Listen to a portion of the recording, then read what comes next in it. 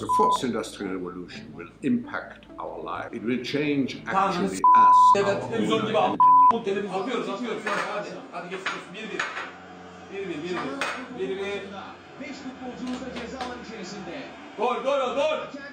Nanotechnology. I mentioned earlier. Revolutionizing medicine by designing robots a fraction of the size of a red blood cell, capable of swimming through our bodies.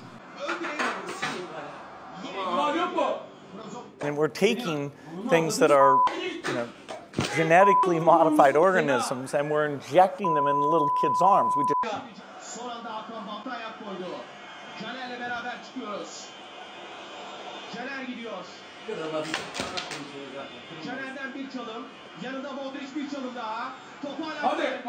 The Great Reset is a welcome recognition that this human tragedy must be a wake-up call. It is imperative that we reimagine, rebuild, redesign, reinvigorate, and rebalance our world.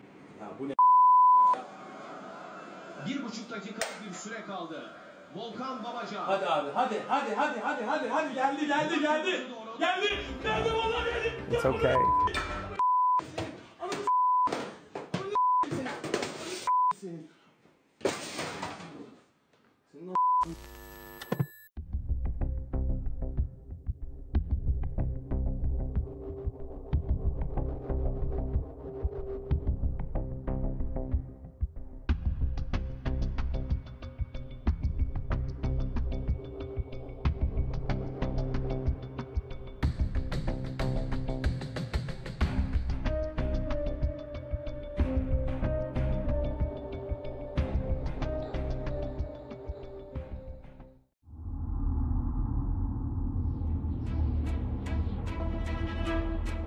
Catastrophic situation is playing out in Australia. The smoke visible from space. A New Year's Eve crisis going into 2020. People are telling us this is the worst they've ever seen. The fires have burned more intensely, more ferociously. They seem to have a mind of their own. Satellite imagery is showing that Arctic sea ice is at its lowest levels on record. In northern Siberia, it hit 100.4 degrees. We are looking right now at the all-time record heat for the month of June. A catastrophic Category 4 hurricane bearing down in the U.S. We could be looking at a majority of the surrounding communities flooded with upwards of 9 to 20 feet of water. The two largest wildfires in Colorado history are burning dangerously close, just miles apart. On the heels of what has been a historic and deadly wildfire season, the winds fanning these flames are expected to last another 24 hours. Friends' homes are on fire, and you're watching it with your eyes. And it is officially the busiest hurricane season ever on record. And the few people we met who chose to stay behind here, they stayed behind because they're simply overwhelmed. They're tired of running. Just no rest in this record year for the hurricane-battered Gulf Coast. Stronger storms, more storms, heavier rain. Our climate is changing.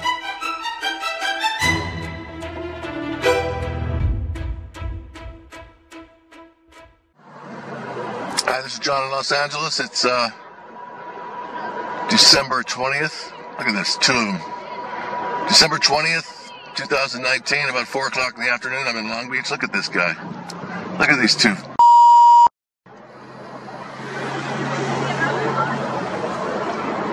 Okay, one guy stopped spraying. Look at this.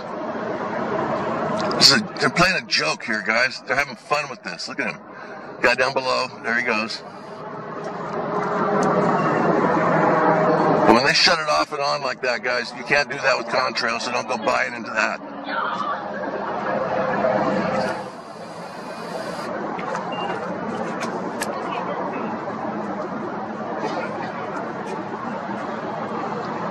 Nice view from here.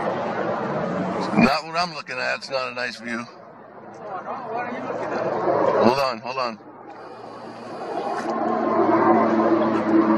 Some guy's asking me what I'm doing here. Yeah.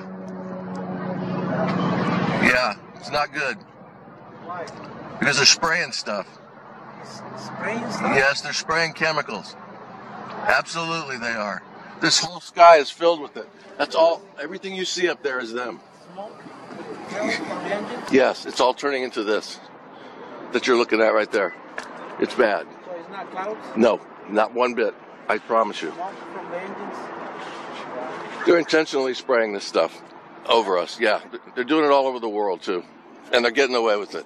And that's why I'm here. I'm sick of it. Clear blue skies and white fluffy clouds? Neither do we.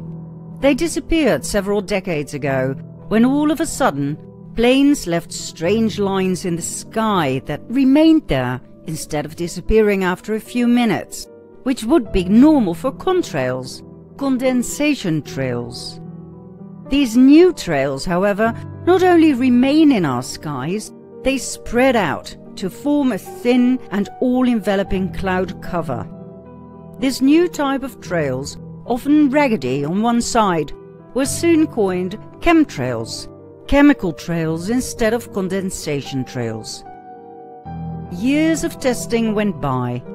Chemicals were found all right, and to an alarming extent.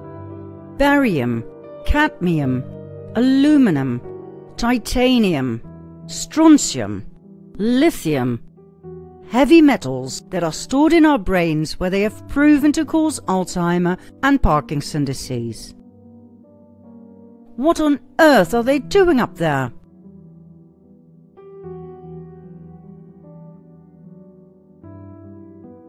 People reported getting sick, having headaches, burning eyes, and feeling exhausted. After years of denial and ridicule by the authorities, chemtrails were finally admitted to exist.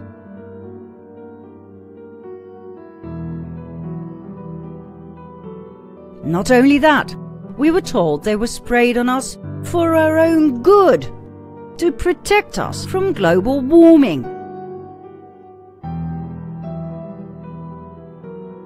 The thin cloud layer, formed by the heavy metal particles, reflects the sun back where it belongs, away from us.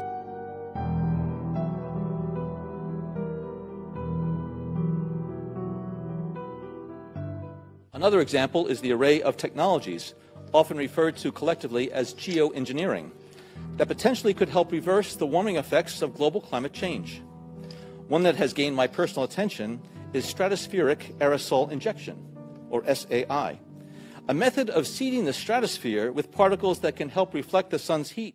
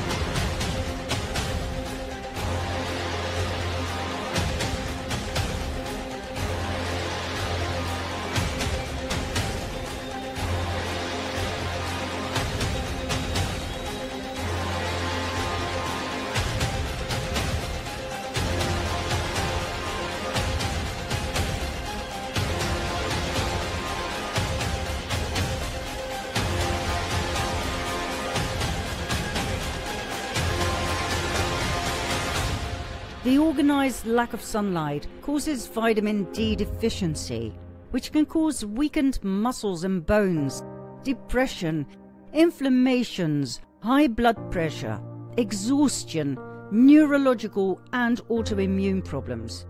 But hey, it's for your own good. Global climate engineering operations aren't just an insane and dangerous proposal. They're an ongoing, lethal reality. The global controllers can and are spraying whatever they want into our skies. There's virtually no oversight, regulation, or enforcement to stop them. Only elaborate and well-funded cover-up efforts by the sold-out so-called climate science community and the criminal corporate media. In addition to highly toxic climate engineering elements like aluminum, barium, strontium, manganese, and polymer fibers, which lab tests from all over the world prove are raining down through our breathable air column, there is the extremely toxic and controversial element graphene.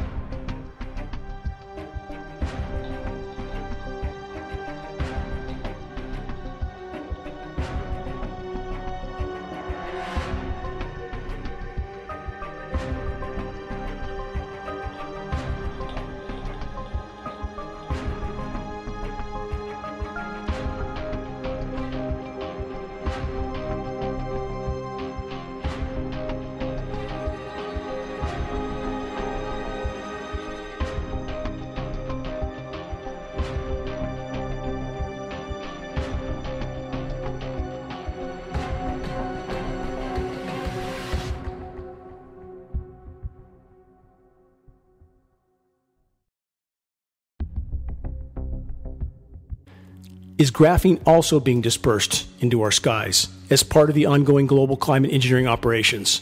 An examination of available science study is alarming. Volumes of available data and countless film footage captures confirm that covert climate intervention operations have been ongoing for over 75 years. The layer was filled with these nanomaterials, and that was our first evidence that this is, that these nanomaterials are directly associated with the emissions from these planes. Geoengineering particles are nanoscale. So small, they go straight through our lung lining, into our bloodstream, and adhere to cell receptors like a plaque. Once absorbed, they are almost impossible to expel from our systems. Science studies that examine and promote the element of graphene for use as an artificial ice nucleation element. Processes of artificial ice nucleation for weather modification have long since been a primary component of the ongoing climate engineering operations, though even now, very few are aware of this aspect of climate engineering operations. They are absolutely not contrails. Contrails do not linger, dissipate, and go into cloud coverage, period, in the report. I kept saying to people, what is this? Because now the sky is no longer blue, it's starting to turn gray. And what I found was a lot of people were pretending it wasn't happening. It was kind of like it was not socially acceptable to do, we're all going to pretend this is not really happening. And I thought, oh, this is very bad. Prior history has proven that we have used weather back in the Vietnam conflict. Suddenly, you don't take a weapon off the table that was able to provide good data, provided a good reason for it to be used at that time? Should you expect that it is available on demand to have the ability to modify weather? Absolutely, within this country and others.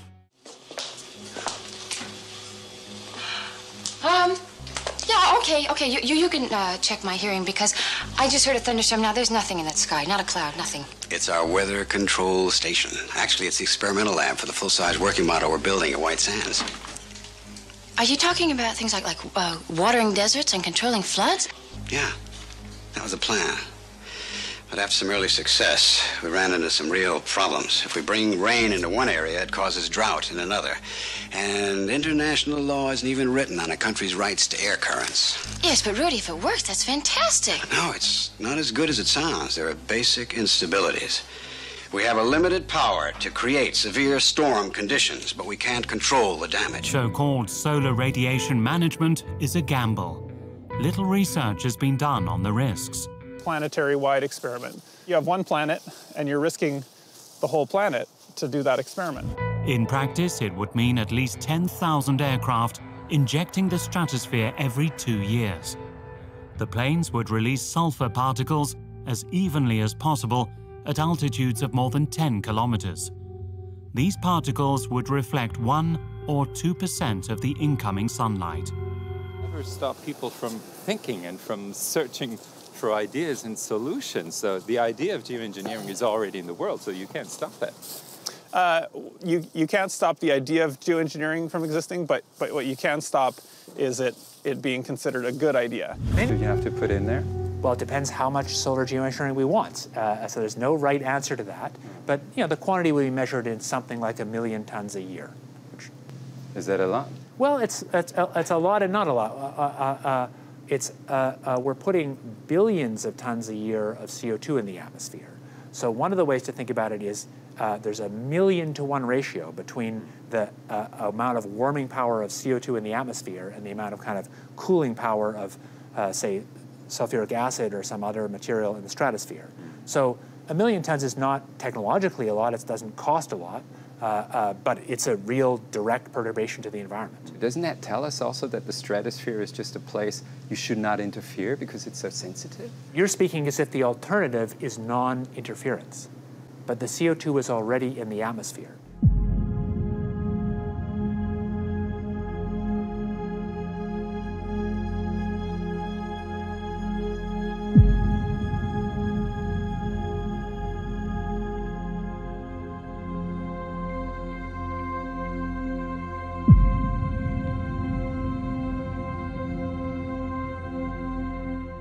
Agriculture sector, China is not leaving things to Mother Nature. The Chinese government is planning to employ upgraded weather control systems in Heilongjiang, Jilin, and Liaoning, the 3 provinces responsible for 54% of the nation's rice production. The project, which will continue until June, involves creating artificial rain using cloud seeding, special aircraft, rockets, and much more. China has been tinkering with the idea for years. But how controllable can the weather be? Skeptics fear the consequences of meddling with nature at this level could be dire.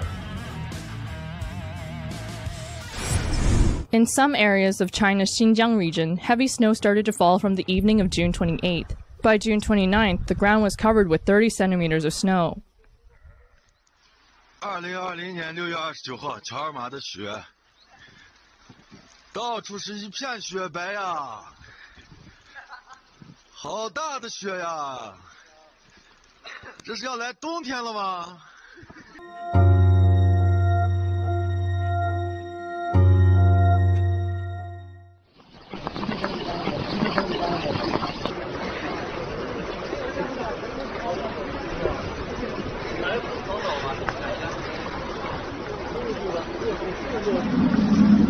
In the early 2000s, the UAE started performing regular cloud seeding operations. Cloud seeding is the process of increasing the amount of rain produced from clouds. Some of these clouds, by nature, sometimes it rains, for example, only 40 to 50% of its rain that processed in the cloud that comes as rainfall. So by these operations, we try to increase this amount by, for example, from 15 to 30%.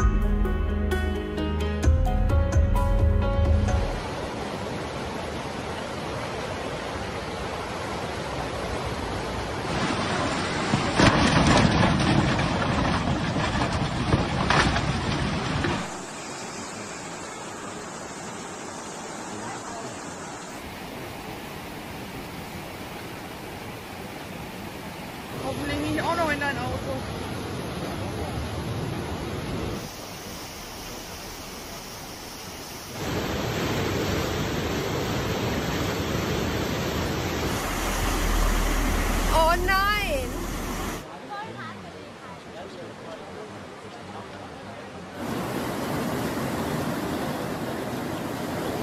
Come on, guys.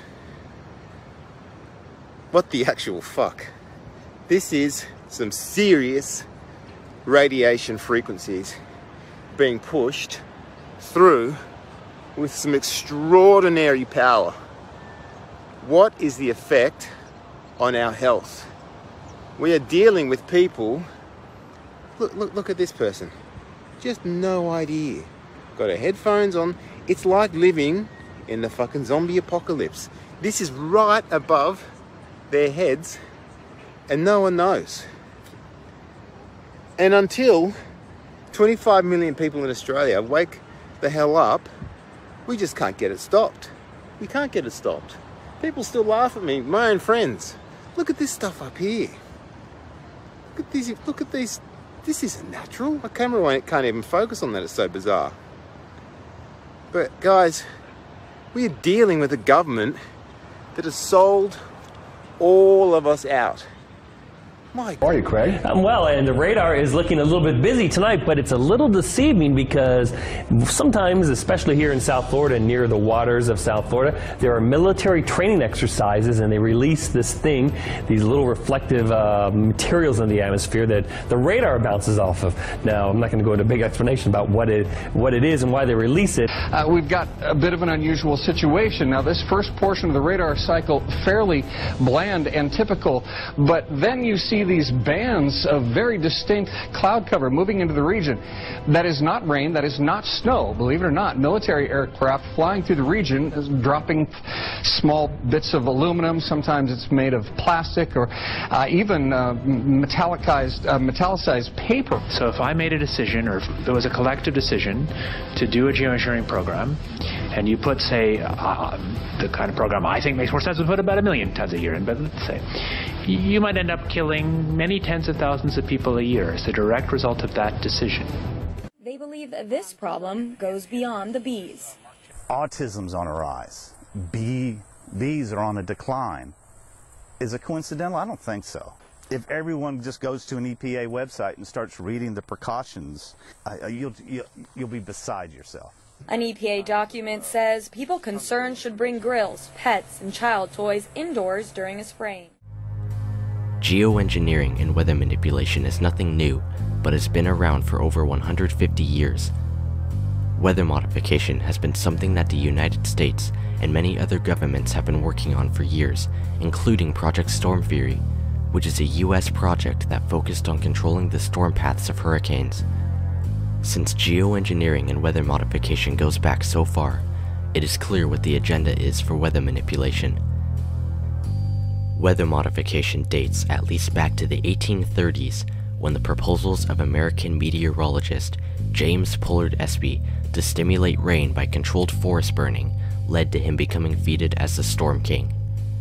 More recently, the US Project Storm Theory sought for 2 decades to modify the paths of hurricanes through seeding them with silver iodide.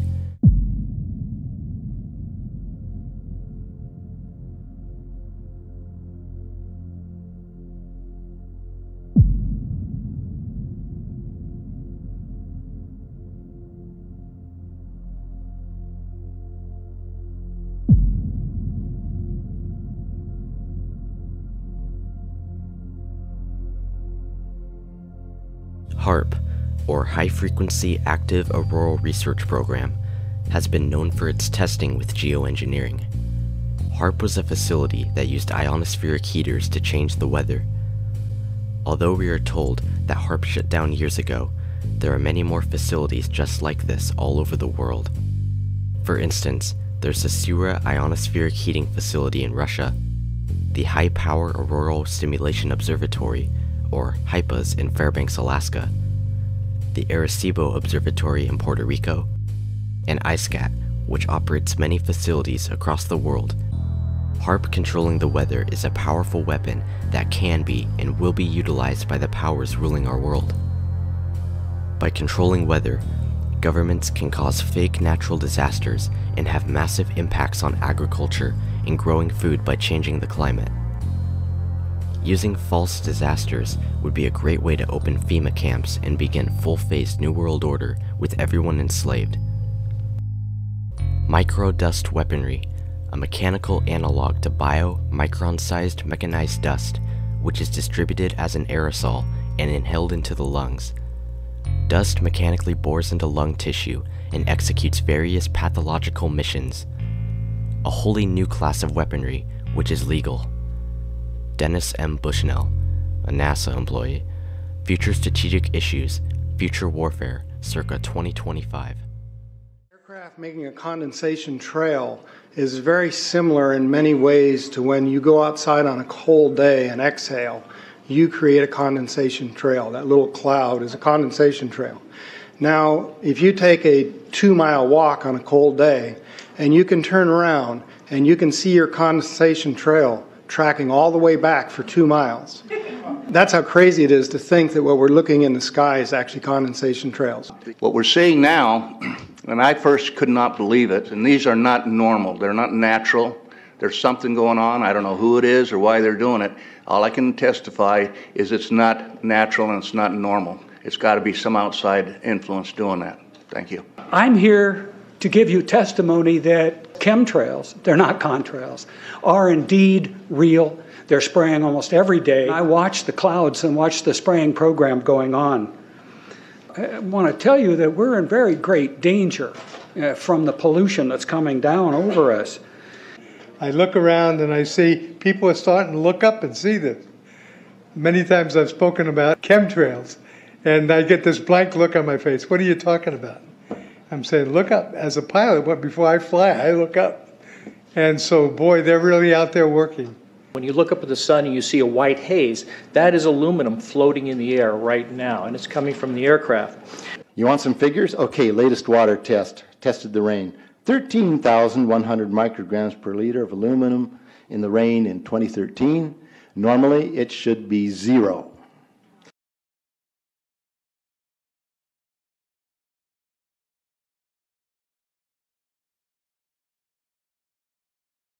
NASA does need to test these engines once in a while, so they built this place in the wetlands of Mississippi.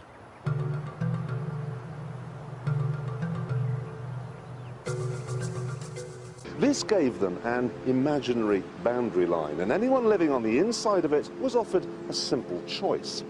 Stay, and you'll never hear another television program as long as you live. Or take the NASA shilling and get out. No one stayed, and NASA ended up with exactly what it wanted. 125,000 acres of nothing.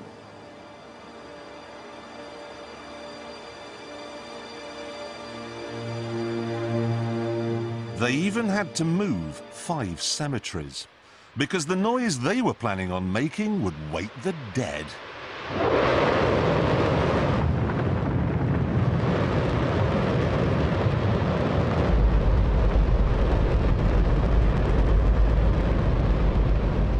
Don't worry if you can't hear what I'm saying. I couldn't even hear myself. This is the loudest sound you could possibly conceive. And as it turns out, the cleanest.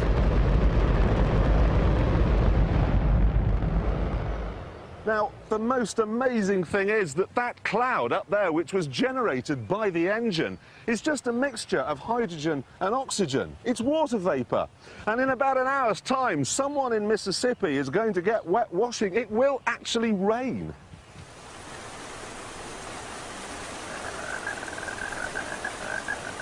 I told you, it's raining.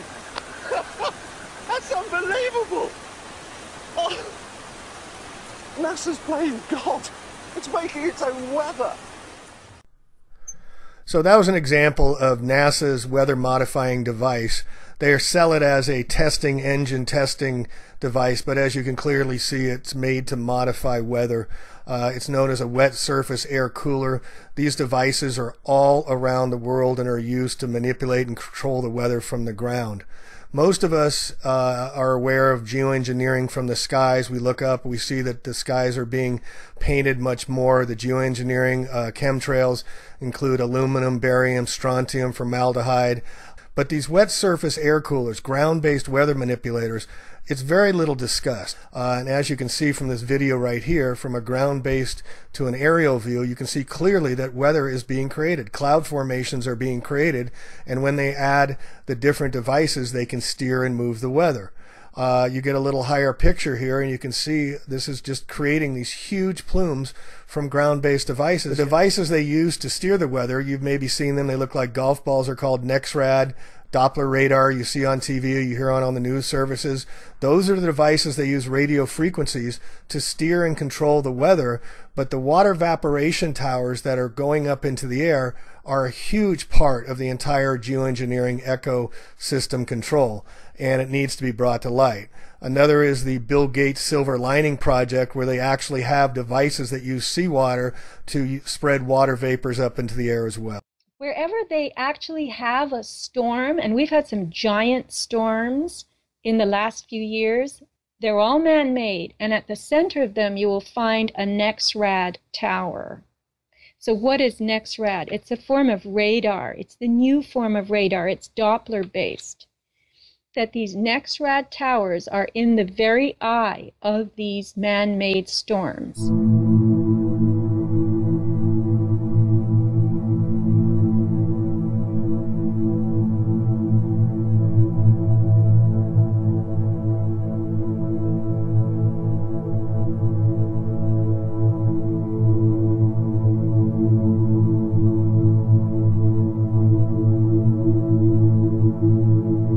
Water surface air coolers are all over the world and come in many sizes and many shapes. You've seen them in the nuclear power plants, and you've seen them in some of the industrial complexes, and they're all being used to manipulate the weather around the world, since we do not have any more normal weather.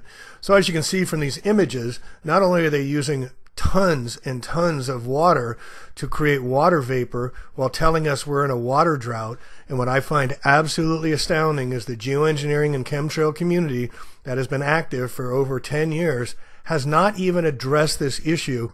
So this is a whole new avenue for geoengineering and for the chemtrail activists to get involved with and start discussing how wet surface air coolers, WSAC, are a huge part in the entire weather manipulation closed loop system, using chemtrails, barium salt to activate the clouds so the water vapors can interact, and then the NEXRAD Doppler HARP facilities, radio frequencies, to steer the weather. Former Secretary of Defense William Cohen had this to say in April of 1997. Others are engaging even in an eco type of terrorism, whereby they can alter the climate, set off earthquakes, volcanoes remotely through the use of electromagnetic waves. So there are plenty of ingenious minds out there that are at work, finding ways in which they can wreak terror upon other nations. It's real, and that's the reason why we have to intensify our efforts.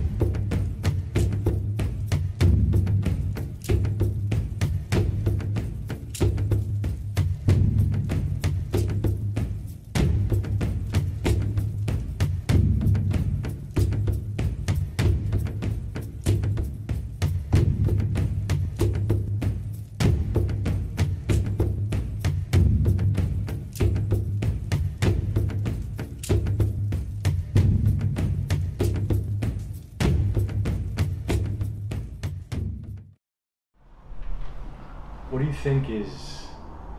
you think is really happening in this world?